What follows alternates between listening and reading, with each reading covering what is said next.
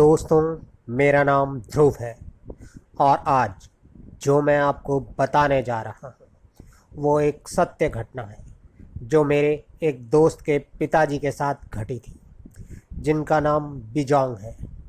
यह उस समय की बात है जब उनकी उम्र करीब 22 या 23 साल होगी और जब उन्होंने यह बात हमें बताई तो हम लोग काफ़ी डर गए थे। दोस्तों, उससे पहले अगर आपने हमारे channel horror stories by Ritesh को अभी तक सब्सक्राइब नहीं किया है तो हमारे चैनल को अभी सब्सक्राइब करें और साथ ही लाइक और शेयर करना ना भूलें, क्योंकि दोस्तों हम आगे भी आपके लिए ऐसी सच्ची डरावनी कहानियाँ लेकर आते रहेंगे। तो आप सब अपने अपने हेडफोन लगाएं और खो जाएं खौफ की दुनिया में। दरअसल दोस्तों, जिस गांव में वह रहते थे, हमने पहले भी उस गांव के बारे में काफ़ी कुछ सुन रखा था। कहा जाता है कि उस गांव में आए दिन कुछ ना कुछ होता था, जिसके कारण उस गांव में काफ़ी दहशत फैली हुई थी।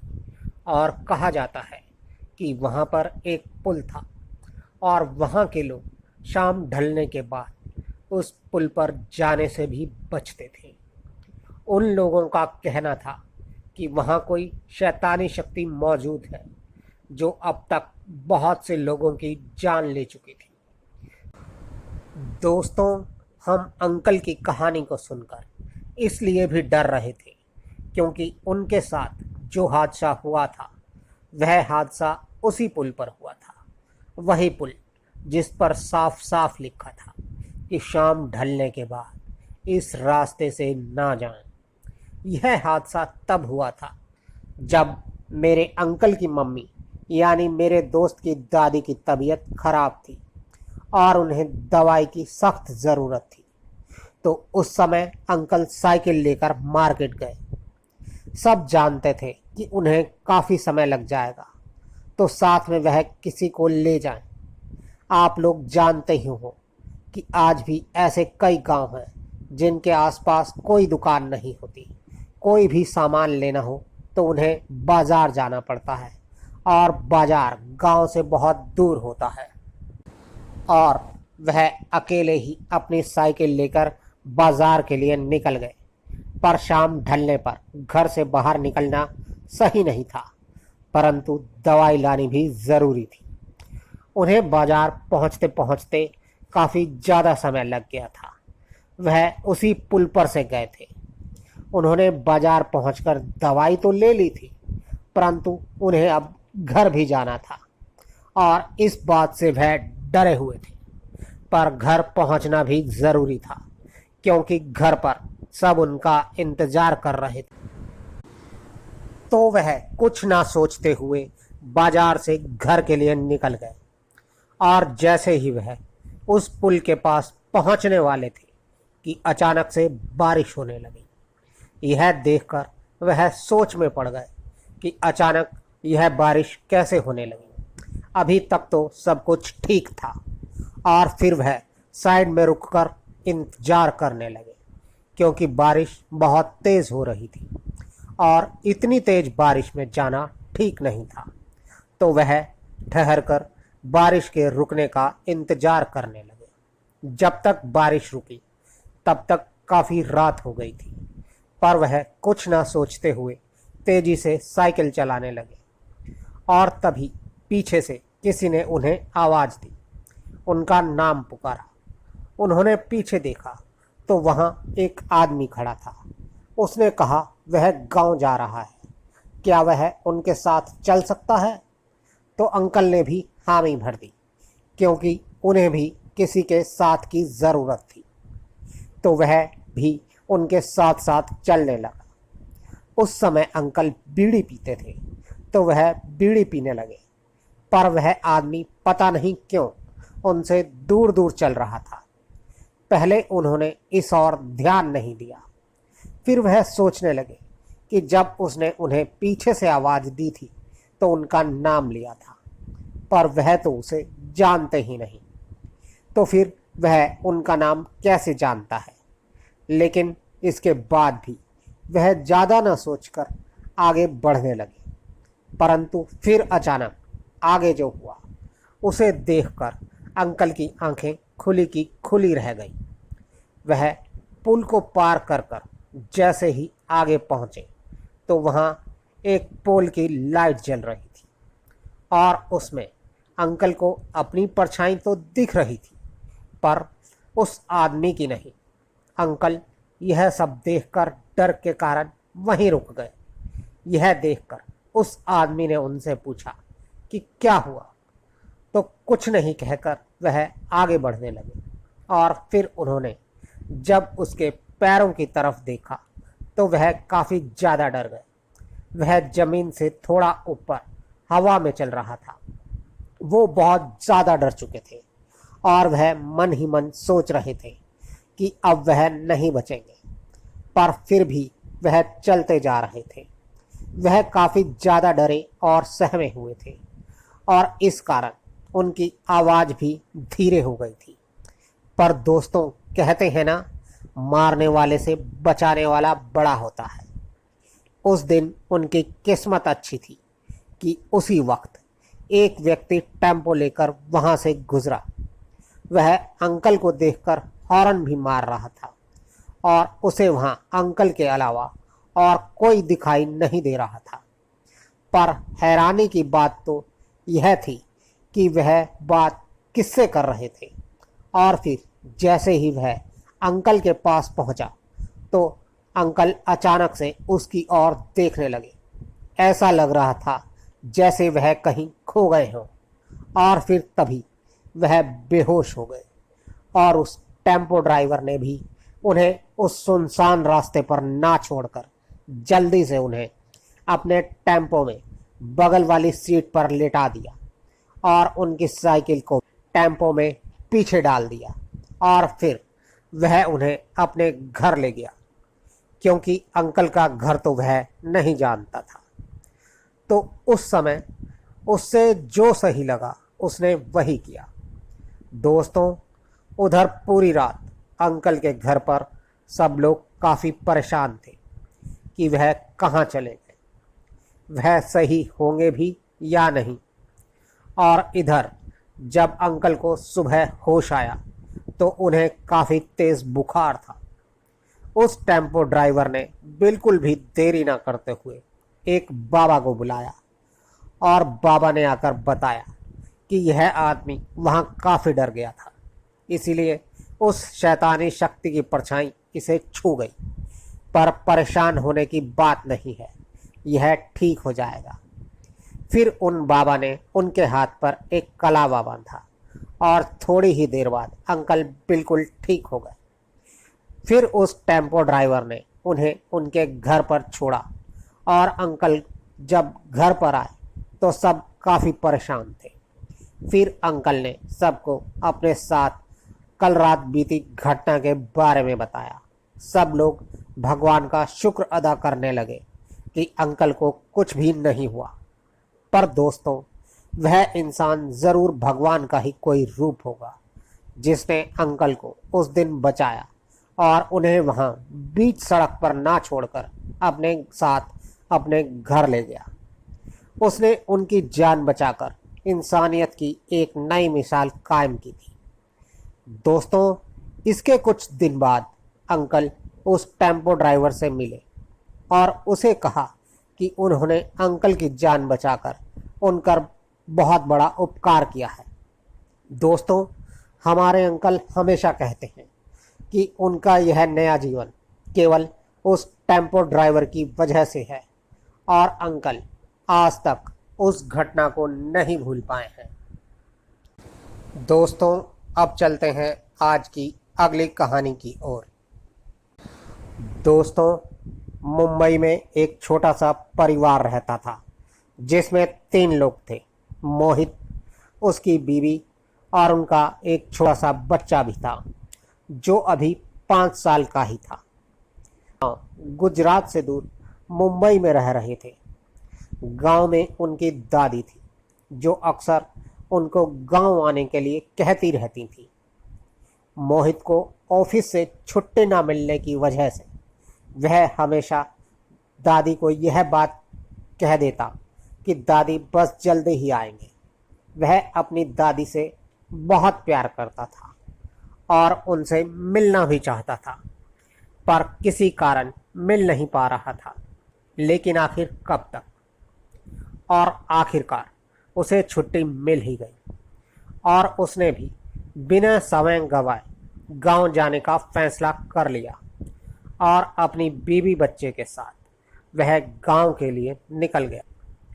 उसकी दादी वहां अकेले रहती थी और ऊपर वाला कमरा उसके पिताजी ने किराए पर दे रखा था, जिसका नाम विदान था, और वह एक स्टूडेंट था और उन दिनों वह अपने गांव गया हुआ था और इसी कारण वह रूम खाली पड़ा था।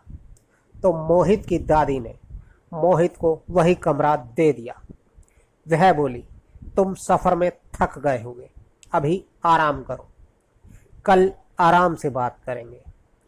उस दिन वह कमरे में आराम करता रहा और फिर रात को खाना खाने के बाद और दादी से बात करने के बाद जब वह वापस ऊपर के कमरे में गया तो वहाँ कुछ अजीब सा होने लगा। सब लोग सो रहे थे कि तभी मोहित के बेटे की नींद खुली। वह डर कर अपने पापा को उठाने लगा। वह उनसे कह रहा था, पापा, वहाँ किचन से कोई देख रहा है। मोहित लेटे लेटे ही बोला, कुछ नहीं है, आकर मेरे पास सो जाओ। पर कुछ देर बाद मोहित की बीवी भी कहने लगी कि वहाँ सच में कोई है जो हमें देख रहा है। दोस्तों, यह सुनकर मोहित उठा और किचन की लाइट जलाकर देखने लगा और फिर वह अपनी बीवी से बोला, देखो, यहाँ पर कोई भी नहीं है, सो जाओ, डरने की कोई बात नहीं है, यह हमारा ही घर है। और यह सब, और जब वह सब सोने लगे, लेकिन तभी वह चीज़ मोहित को भी दिखाई दी और मोहित का बच्चा भी अब काफ़ी ज़्यादा डर चुका था। वो एक साया था जो लगातार उन्हें देखे जा रहा था। वह धीरे धीरे उनकी तरफ बढ़ रहा था। तभी मोहित की बीवी मोहित से बोली कि वह हनुमान चालीसा पढ़े। तो मोहित हनुमान चालीसा पढ़ने लगा। वह साया आकर उनसे कुछ दूरी पर बैठ गया। वह अब एकदम साफ साफ दे रहा था। वह उनका कोई नुकसान तो नहीं कर रहा था, पर मोहित का बेटा काफ़ी ज़्यादा डर चुका था। वह रोने लगा था और वह साया फिर मोहित के बेटे की ओर जाने लगा। तो यह देखकर मोहित जोर जोर से हनुमान चालीसा का पाठ करने लगा और तभी वह साया अचानक से कहीं गायब हो गया और जाते जाते वह कुछ चीज़ों को इस तरह से गिरा कर गया जिससे पता चल रहा था कि वह काफ़ी ज़्यादा गुस्से में है। इसके बाद मोहित अपनी बीवी को और बच्चे को लेकर नीचे दादी के पास आ गया और उन्हें यह सारी बात बताई। तो दादी बोली कि यहाँ ऐसा कुछ नहीं है, यह ज़रूर तुम्हारा वहम होगा। पर मोहित का बेटा डर के कारण रोने लगा था। तो मोहित बोला, दादी, हम आपके साथ ही सो जाते हैं, मेरा बच्चा काफ़ी ज़्यादा डर गया है। और फिर वह दादी के साथ ही सोने लगा और फिर कुछ दिनों के बाद वह लोग वापस मुंबई आ गए और फिर कुछ महीनों बाद मोहित की दादी का फ़ोन आया। तो मोहित की दादी बोली, बेटा, तुम्हें याद है जब तुम लोग यहाँ आए थे तो यहाँ कुछ हुआ था? मोहित ने जवाब में हाँ बोला। तो दादी बोली, वह सब सच था। तुम्हारे जाने के कुछ दिनों बाद जब वह लड़का वापस आया जिसे हमने यह कमरा किराए पर दिया था, तो वापस आने के कुछ दिनों के बाद उसका बर्ताव बदलने लगा। उसके कमरे में से दो दो आवाज़ें सुनाई देती थी। तो मैंने एक बाबा को बुलाया, तो उन बाबा ने बताया कि वह एक लड़की की आत्मा है जो इसे परेशान कर रही है। दरअसल उस लड़की ने आग लगाकर खुदकुशी की थी और वह आत्मा काफ़ी समय से इस कमरे में रह रही थी। पहले वह किसी को तंग नहीं करती थी, इसीलिए आपको पता ही नहीं चला। पर पता नहीं अब उसे क्या हो गया है। और फिर बाबा ने उस आत्मा को मुक्ति दिला दी। दोस्तों, इतना सुनने के बाद मोहित भी काफ़ी डर गया था और वह इस बात का शुक्र मना रहा था कि उसकी फैमिली को कुछ नहीं हुआ। दोस्तों, इस घटना के बाद भी मोहित कई बार अपने गांव गया, पर फिर कभी उसके साथ वैसा कुछ नहीं हुआ। दोस्तों, अब चलते हैं अपनी अगली कहानी की ओर। दोस्तों, जैसा कि आप सभी जानते हैं कि जो व्यक्ति कभी किसी वजह से मर जाता है तो उसकी आत्मा उसी जगह पर भटकती रहती है और किसी न किसी के ऊपर आ जाती है। दोस्तों, ये बात सुनने में तो बहुत डरावनी लगती है, परंतु उसके साथ क्या होता होगा जिसके साथ यह सब होता है। दोस्तों, यह सब सिर्फ वही महसूस कर सकता है जो इन हादसों से काफ़ी करीब से गुजरा हो, क्योंकि उसे इस डर का अंदाज़ा नहीं होता, परंतु उसके मन का वो डर कभी जाता नहीं है। आज की कहानी भी कुछ ऐसी ही है, जो कि गोरखपुर में रहने वाले आनंद त्रिपाठी के बड़े भाई की बच्ची के साथ हुई थी। दोस्तों, यह बात उस समय की है जब आनंद के चाचा जी की बच्ची का जन्मदिन था और उन्होंने गांव के सभी लोगों को दावत पर बुलाया था, जहां पर आनंद और उनका पूरा परिवार शामिल था। पर दोस्तों, इस खुशी के माहौल में कुछ ऐसा अजीब हुआ जिससे सभी लोग डर गए। आनंद के चाचा जी ने सबको खाना खिलाया और फिर वह सब लोग नाचने लगे। सब कुछ ठीक ही चल रहा था कि अचानक बड़े भाई की लड़की जोर जोर से चिल्लाने लगी। वह कहने लगी कि गाना बंद करो। उसकी यह हरकत देखकर सबने गाना बंद कर दिया और फिर वह उस बच्ची के पास जाकर पूछने लगे कि क्या हुआ। पर वह छोटी सी बच्ची अभी भी चिल्ला रही थी और अचानक वह कहने लगी कि मैं माता जी हूँ। दोस्तों, यह सब सुनकर सबको लगा कि शायद उनकी माता जी की आत्मा उस बच्ची पर आई है। यह देखकर वह सब खुश भी थे कि इस खुशी के माहौल में आज उनकी माताजी भी आई हैं। पर वो कहा जानते थे कि अभी तो बहुत कुछ होना बाकी था। दोस्तों, इसके बाद थोड़ी देर में वो बच्ची बिल्कुल ठीक हो गई और इसके बाद वो खेलने लगी, नाचने लगी। सब कुछ ख़त्म हो जाने के बाद सब लोग अपने अपने घर चले गए, लेकिन यह सिलसिला लगातार चल रहा था। वो अभी बहुत छोटी थी और उस पर वह आत्मा अब रोज आ रही थी। तो फिर उन लोगों ने एक जाने माने पंडित जी को अपने घर पर बुलाया, जो कि तंत्र मंत्र के भी अच्छे जानकार थे। वह पंडित जी उनके घर आए और वह उस बच्ची को देखकर ही सब समझ गए कि उस बच्ची पर उनकी माताजी की नहीं बल्कि किसी और की आत्मा है, जो कि उसे बस घुमाए जा रही है। और साथ ही वह बच्ची उन पंडित जी से दूर भाग रही थी, उनसे छुपना चाह रही थी। वह समझ गए थे कि यह कोई चुड़ैल है, लेकिन उन्होंने उसे जाने के लिए कहा तो वह मना करने लगी। उस बच्ची की वो डरावनी आवाज़ सुनकर सब लोग घबरा गए और पंडित जी के आगे हाथ जोड़ने लगे। पंडित जी ने अपने तंत्र मंत्र से उस आत्मा को उस बच्ची के शरीर से दूर कर दिया और फिर तुरंत उस बच्ची के हाथ पर एक कलावा बांध दिया, जिससे कि वह आत्मा उस बच्ची के शरीर पर दोबारा हावी न हो और उससे दूर रहे। दोस्तों, इसके बाद वह बच्ची पूरी तरह से ठीक हो चुकी थी और साथ ही पंडित जी ने यह भी बताया कि कई साल पहले एक औरत ने आत्महत्या कर ली थी, जिसका अंतिम संस्कार तक नहीं हुआ और इसी वजह से यह आत्मा भटक रही थी, जो अब एक भयानक चुड़ैल बन चुकी थी।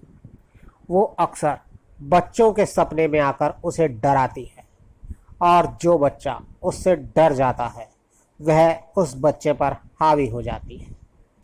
दोस्तों, यह सब सुनकर वहाँ मौजूद सभी लोग पंडित जी की जय जयकार करने लगे, क्योंकि उन्होंने उस भयानक आत्मा से उन्हें बचा लिया था। दोस्तों, पंडित जी ने यह भी कहा कि बच्ची के हाथ से यह कलावा कभी मत खोलना। दोस्तों, उस दिन के बाद से उनके घर में अब सब कुछ ठीक है। दोस्तों, आपको हमारी ये कहानी कैसी लगी, कृपया कमेंट बॉक्स में ज़रूर बताएं। और अगर आप भी हमें अपनी कोई कहानी भेजना चाहते हैं तो डिस्क्रिप्शन बॉक्स में हमारा व्हाट्सएप और टेलीग्राम का लिंक है, जिस पर आप हमें अपनी कहानी भेज सकते हैं। हम उसे अपने शो में ज़रूर शामिल करेंगे। तो जल्द ही आपसे फिर मुलाकात होगी। तब तक के लिए गुड बाय।